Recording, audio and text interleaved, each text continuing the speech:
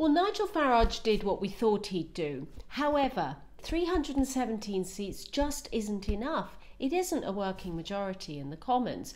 Remember, there are 650 odd seats. Take away the Speaker and the deputies plus Sinn Féin, you're down to about 640. So 320, 322 for a simple majority, but really for a working majority, Boris Johnson needs 30 or 40 seats here.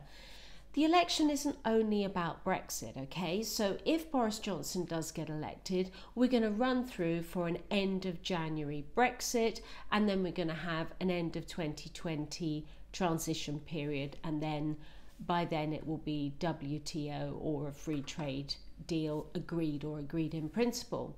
So really today is all about Nigel Farage again, and I'm finding his attitude becoming a little bit egotistical. The Brexit Party is not actually a political party, and you have to remember that.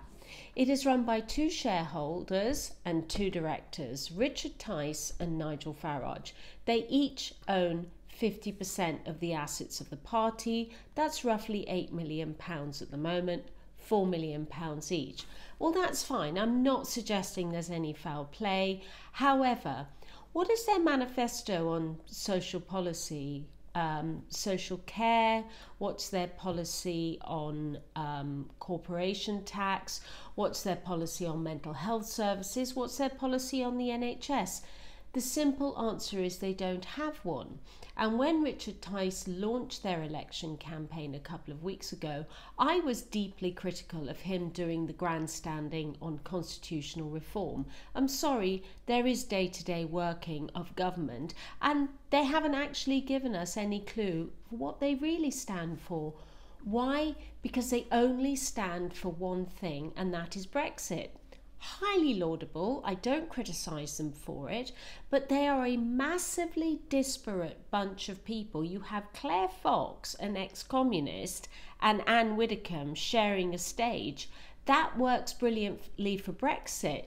But what about in government? What if you had to have a vote that kind of looked a bit right-wing? Would the likes of Claire Fox be able to support it? This is not an organisation that can actually comfortably form a coalition with anybody. So, in order to get Brexit through, yes, we do need Brexiteers. However, Nigel Farage has seriously overplayed his hand on how it is to be achieved. I like to do things by fact. And so have a look at the Electoral Calculus website. It really, really does show you the numbers. And in my opinion, Nigel Farage should be standing aside in constituencies that have mid-20s or higher percent for the Conservatives.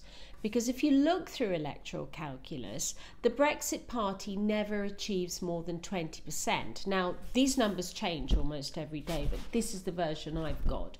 So Nigel Farage is going to ruin the Tory chances in a lot of seats where they currently hold about 20% of the vote. Remember that Labour and Lib Dem have not formed an alliance, so Lib Dem is going to eat into the Labour voters in these constituencies. So anything over 25% for the Tories, absolutely Brexit Party should stand down. The sort of seats where the Brexit Party should continue, in my opinion, are those with less than the mid-20s, Middlesbrough, Leicester West, Tyneside, Barnsley Central, Barnsley East, one of the Durham seats as well. All of these, the Tories absolutely stand no chance. But if you take Great Grimsby, for example, the difference between the Tory and the Labour vote in the last election was actually quite tight. So with a sort of 7% polling at the moment for the Brexit Party, the current candidate for the Brexit Party could just return a Labour MP in a seat where the Tories could actually take it this time, because they would take the Labour and the ex-UKIP votes, they would take them and put the Conservative candidate in. I'm not making a pitch for any particular party here. I'm actually finding what the Lib Dems are doing is actually annoying some of their own party. Greens ditto. I mean, a lot of people are saying, I want to vote Green, and now I haven't got a Green Party candidate to vote for. So there's a lot of mess and a lot of assumption on the part of the parties here, a lot of arrogance really, because I think the risk is people won't turn out if the parties continue to play these games.